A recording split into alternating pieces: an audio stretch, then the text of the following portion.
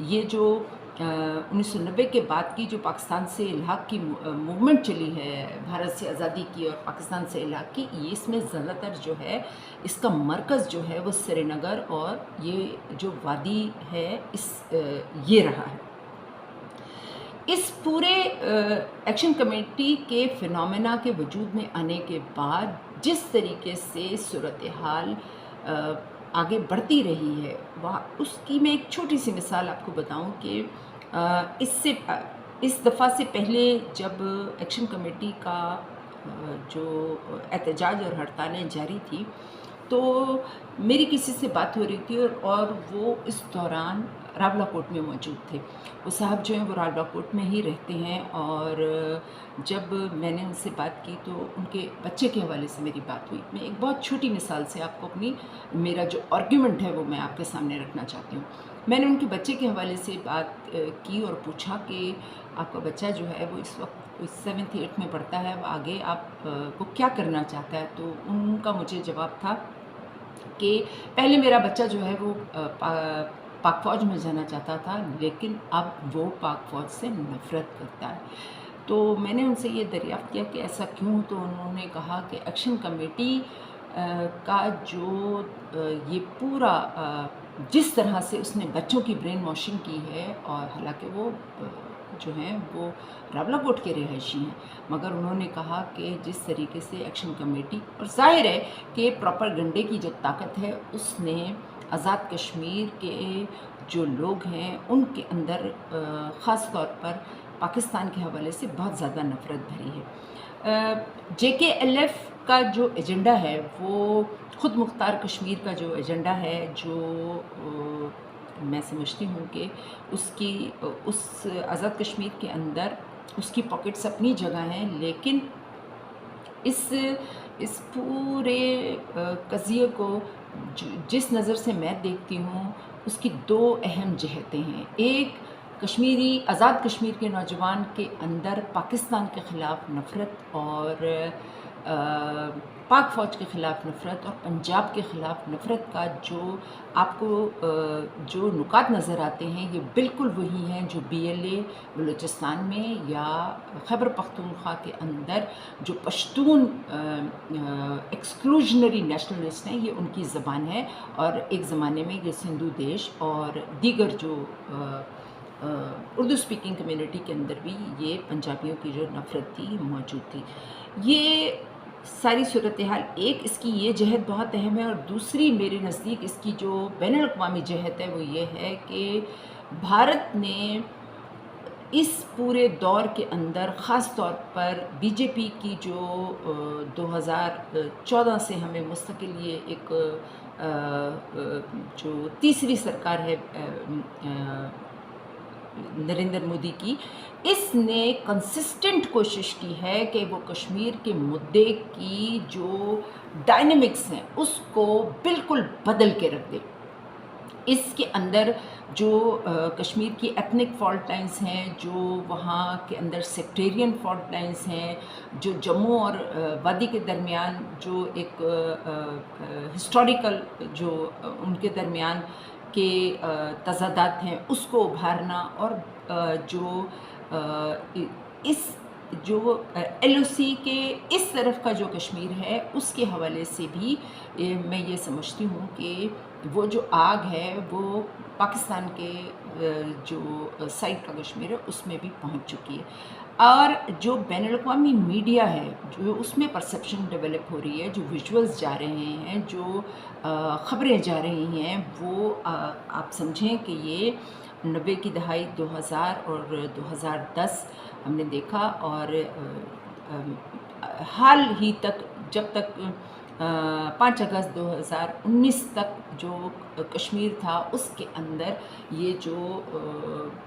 بھارت سے علیحدگی کی جو اپسرچ تھی یہ بہت مضبوط تھی، لیکن اس کے بعد بھارت نے جو اس کی 9 لاکھ فوج ہے اس کی مدد سے بہت کڑے اقدامات کے ذریعے اور طرح طرح کے قوانین کے ذریعے ان آوازوں کو دبایا۔ وہاں ہر طرح کی جو سختیاں ہیں وہ وہاں روا رکھی جا رہی ہیں، اور یہ جو شفٹ ہے بین الاقوامی میڈیا کا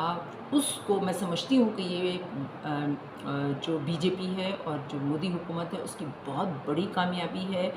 اور اس میں بہت اہم کردار ہے جو یورپ میں اور بیرون ملک جو مقیم آزاد کشمیر کے لوگ ہیں ان کا اس میں ان کا بہت بڑا رول ہے، اور اس کے پیچھے یقیناً بھارت ہے، اس کے پیچھے یقیناً اسرائیل ہے، اس کے پیچھے یقیناً وہ قوتیں ہیں جو پاکستان کو ایک جانب بلوچستان کے اندر، خیبر پختونخوا کے اندر جو ہیں وہ پاکستان کو بہت ٹف چیلنج دے رہی ہیں، اور اب انہوں نے پاکستان کے انتہائی حساس جو علاقہ ہے آزاد کشمیر، اس کے اندر بھی شب خون مارا ہے۔